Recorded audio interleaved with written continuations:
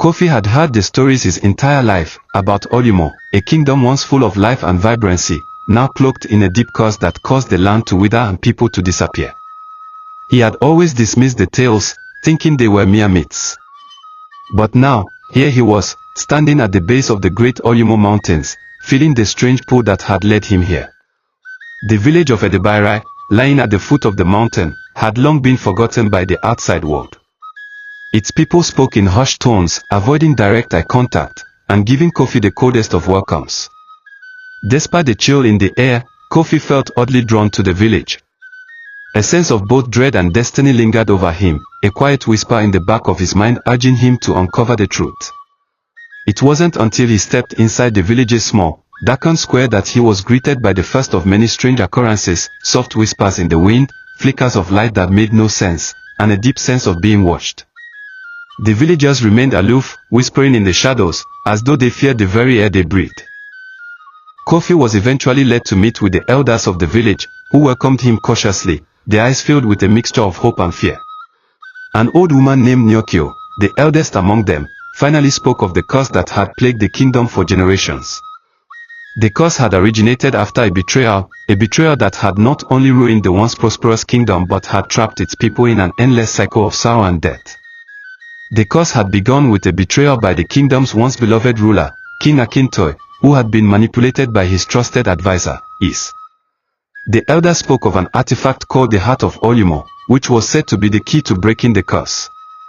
But it was only to be wielded by the true heir to the throne, a bloodline lost to time. To Kofi's shock, they revealed that he was the last surviving member of this royal family, although he had no memory of it.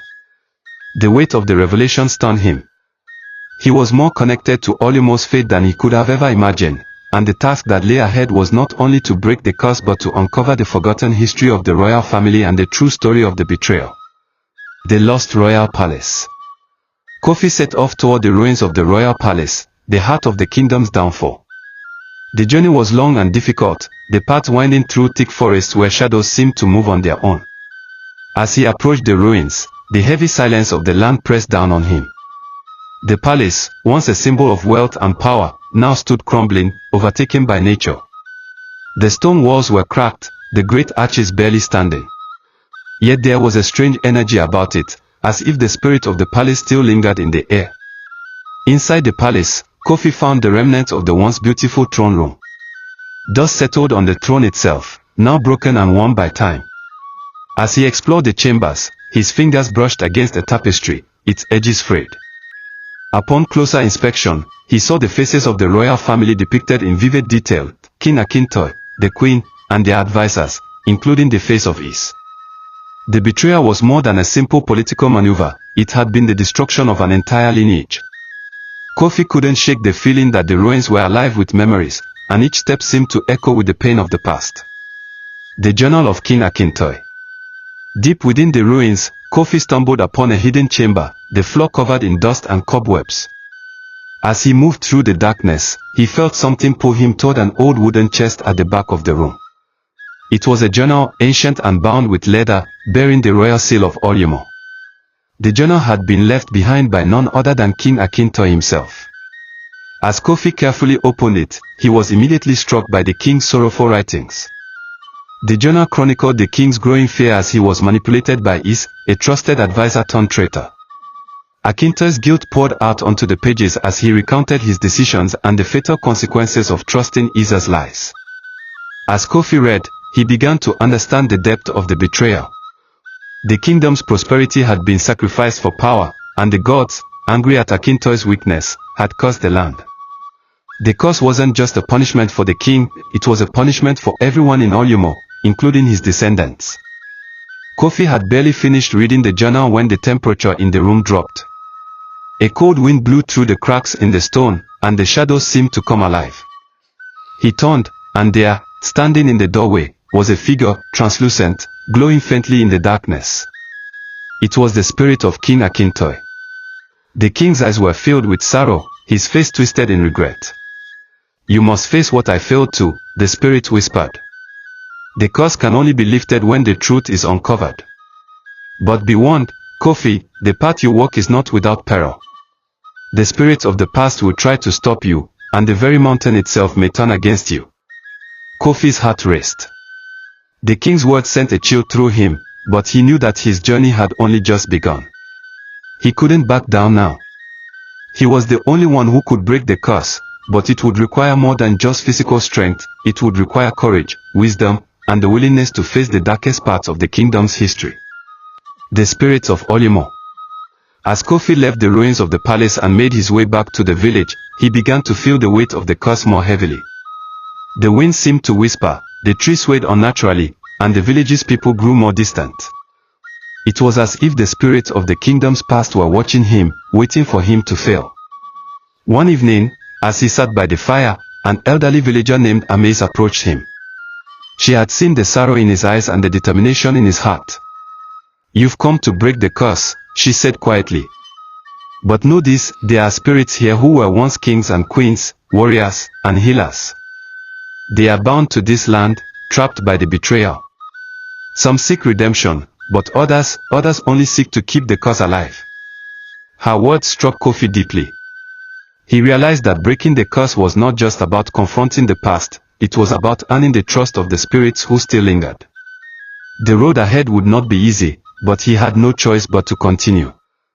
The people of Olumo needed him, and he was the only one who could bring them peace. The ancient temple. Guided by the journal and his visions, Kofi made his way toward the ancient temple at the heart of Olumo mountain. It was said to be the place where the gods had once communicated with the royal family, where divine guidance had been sought. But now, the temple lay forgotten, buried beneath centuries of neglect and decay. The journey was grueling. The path was steep and treacherous, and Kofi had to push through thick forest and cross turbulent rivers. Along the way, he encountered strange creatures, some hostile, others merely watching from the shadows. But Kofi pressed on, knowing that the temple held the answers he sought.